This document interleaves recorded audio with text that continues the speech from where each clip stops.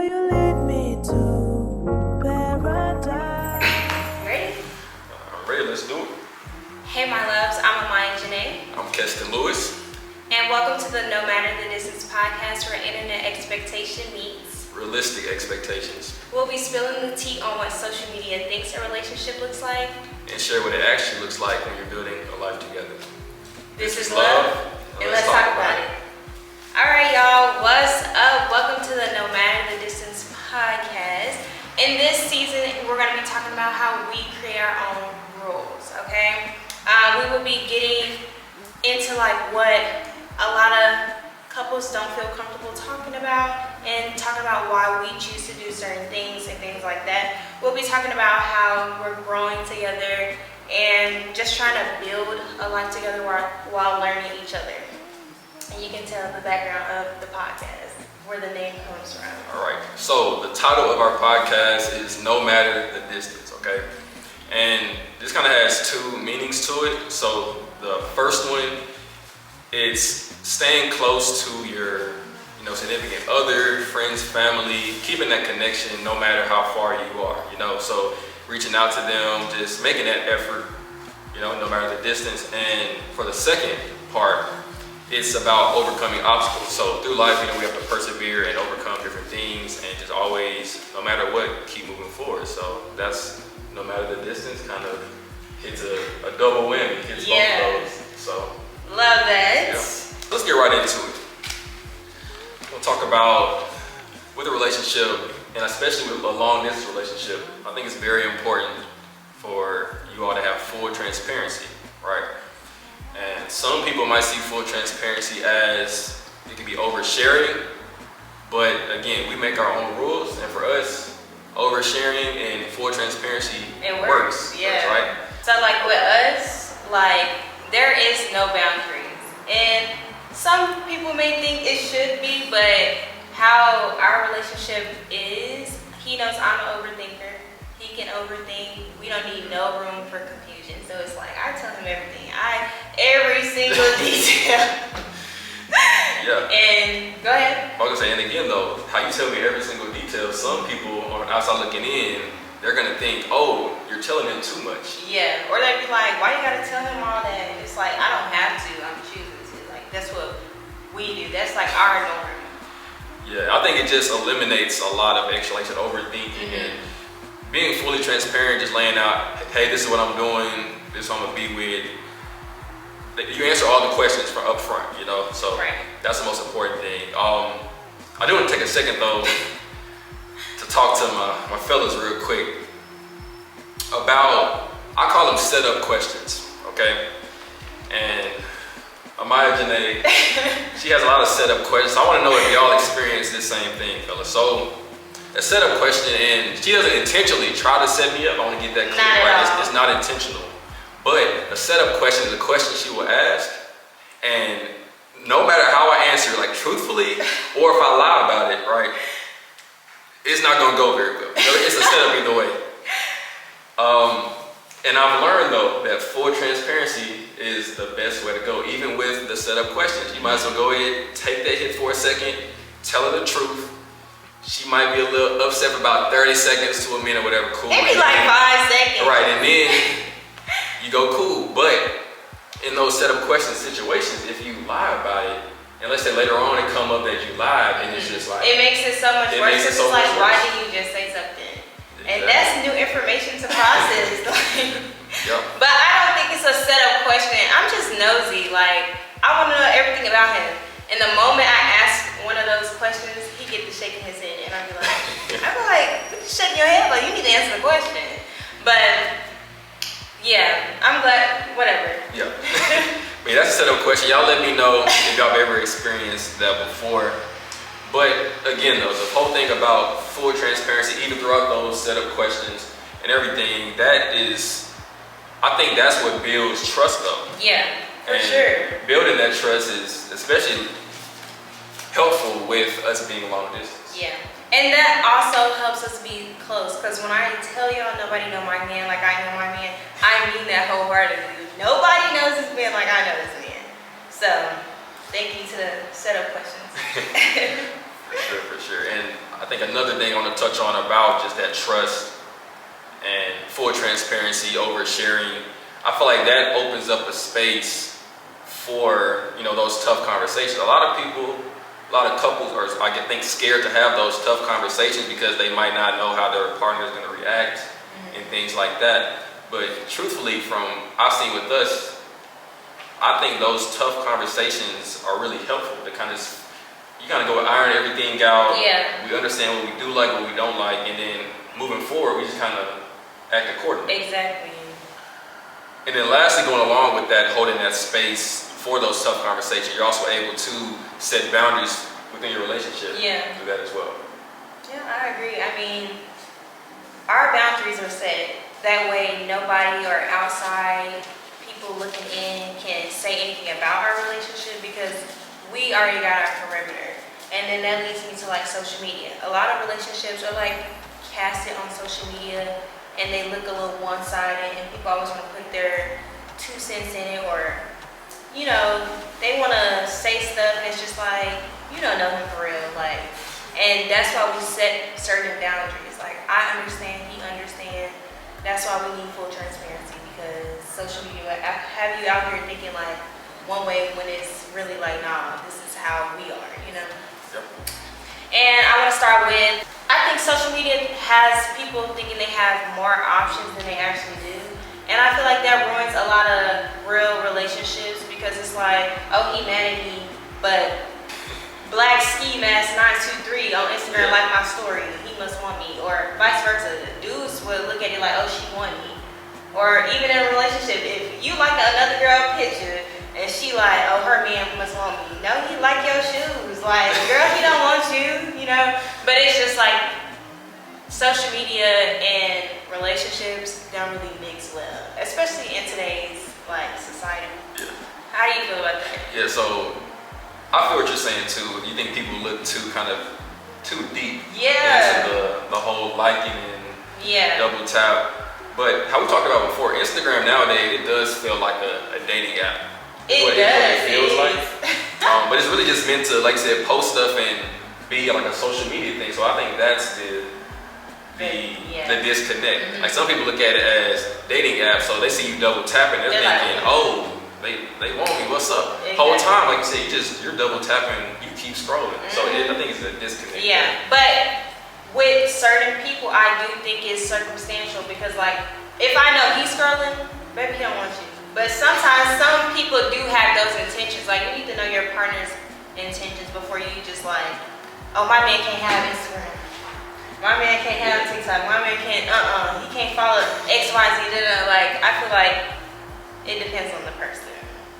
Now, speaking of social media, we're gonna talk about highlight reels because a lot of relationships are like broadcasted on social media. So, and it's a good and a bad thing to me, at least. I feel like it's good for people to go out there and post their significant other or make content, give a lot of people new ideas to do with their significant other, especially like on Twitter. Like, I feel like there's so much romantic gestures out there. There's no reason why a man is not, you know, pursuing you or doing nice things for you when these people come up with elaborate things all day. However, I was going to say, however, some people look at that and they use what someone else highlight reel is, oh, gifts, oh, nice dates. They think that's like, when a regular relationship is like not like that, they think that, oh, that should be my norm, you know, versus what they have is normal. You just got to find those things within your relationship versus trying to take what someone else did for somebody else and be like, oh, that's my, like, if he ain't doing that, I'm settling. You know? No, for sure. I think something funny that you always say too is like, you got to remember, like, the people you see on social media, they might not be in your same tax bracket. Exactly. Right? So if you're looking at somebody like, oh, that's hard. Like, that's hard. I want that for me. It's like, well, sorry to tell you, but you don't make that a year. You don't make that. Your partner don't make that. Yeah. Probably combined, y'all don't make what they making. So like, chill out, you know? Yeah. So I think, again, social media creates a lot of unrealistic expectations in relationships. I mean, just because we seen this video the other day about this guy, he shut down Dallas, and he did that, and I'm gonna give him his props, but people in the comments talking about something, listen ladies, if he ain't coming like first off, that man got him a good paying job. Everybody ain't got that. I feel like in a relationship, we should stop comparing what we see other people doing to like what we got going on. Because I feel like that causes so much disconnect. And that's why people become dissatisfied and jealous and all the monitoring spirits. And that's what leaves people lonely, because it's like your expectations are not real. Like, you're looking at something that's meant to portray, like, you know, type of stuff like that. That's not real. Social media is not real. We're not real. You would never see us in person. This is AI. This is all AI. Let's stop before they flag you. Like, this is AI. But yeah. To double back on what you said, a lot of times when we are like looking at social media and comparing yourself to each other, let's say somebody's giving somebody a gift, and the whole time though, sometimes people don't even like getting gifts. You know, you have to know your partner's love language, right? And the love languages, I think it's very important to know the difference between giving and receiving. Yeah. You know, so you might have a different number one that you like to receive, versus a different one that you want to give to somebody. And that's so true, because our love languages are different, very different. But I would never try to love him how I want to be loved. Like, of course, like I show him something because I want it reflected, but I would never, like, if I know he don't like gift giving, I'm not finna just shower him with gifts. Like, that don't make sense. It's like you have to learn how to love your partner the way your partner wants to be loved. Oh, for sure. And I want to go back to on what you said. Just so y'all know, every love language is her number one. Yeah. She has everyone at the top. So every single one of them. Yeah, which honestly, it's not a bad thing. It's not. I mean, I love love. I feel like I'm open to receiving everything, you know? Show me. Show me you love me. But yeah, but I think too, kind of like what you said, me, like gift giving or like receiving gifts for me it's not at the bottom. Yeah. So the way he shows love though to everyone around him is like by being like helpful, an act of service. Like, I feel like he likes, I won't necessarily say he likes being needed, but he likes to help those, like help people where they need help. Is that true? No, that's true. Okay. Yeah, I'm more so like, if you, like say I'm running late to be somewhere, and you step in, you might do a little something for me to just help smooth out that, thing for me. That's like the biggest, that acts of service. Yeah. That's kind of the biggest thing for me. Like, that's something I'm like, wow, you love me for real. Like, you actually took the time, like, you noticed, I'm running late or had something going on, you stepped in, helped me where you could, and but that's how you do with everybody else. Yeah. So your receiving and your giving is both your number one. Yeah, for me. Really? Yeah. I think that would be my number one. Yeah, because like I'll be doing my hair or doing something, he making himself useful. Like, he like, you need anything? Like today I was like getting ready, and he warming up my food because I gotta eat, and he like getting the stuff out. I gotta pack the bags for tonight, so he getting everything folded up just so I can pack everything. So I do like that about you. I love that. Sure. That's really sweet of you. Yeah, I do want to point out one more love language I just thought of, just to show y'all that sometimes partners, the love languages be way different. So I know, like for you, like you love all of them, but words of affirmation. You love words of affirmation. Yeah, I do. And just hearing those nice words.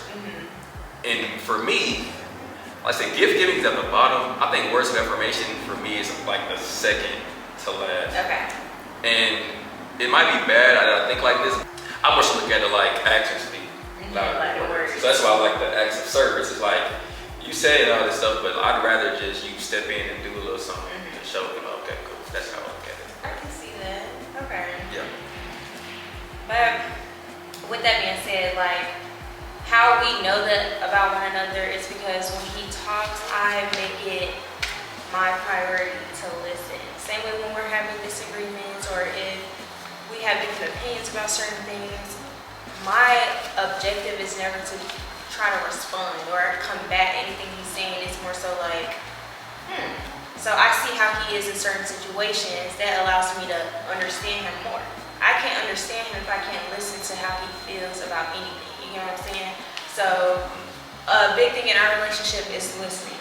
I feel like hearing is like automatic. Like obviously you're hearing someone, but it takes intent to actually listen to what someone's saying. Basically, like what you're saying is listening to understand. Yeah. That's really what should be going on. I think some people do struggle with that now, and it could be because we were talking about earlier, some people, that attention span, the lack of. The lack so of. if somebody's talking to you, you might just be listening and go one ear out the other. But really listen to understand your partner and see where they're coming from and make sure that they feel heard. Yeah. Yeah, and kind of back to what you said too about like being able to open up and really know your partner for in a relationship is very important. I think kind of what stops that a lot of times can be like a person's pride. Right. Pride, ego, and even just lack of taking accountability sometimes can fall into that. So, and I always tell her that I feel like in relationships, you really have to get rid of your pride, your ego, all of that, just because, well, let me say it like this. So, back in the day, right? Let's get straight to it. Back in the day, if, say I'm talking to a girl, she's saying something I don't really want to hear, I'll just shut it up. Like, I don't have to listen to this right now, you feel me? Like, I'm not going to just, I'm saying, really, leave me alone. I don't want to hear that right now, kind of get out of my face. But, of course, if you want to be with somebody for real, you have to, like I said, put your pride to the side. You can't be so tough on somebody. You be like, you know what? Let me listen to what they're saying.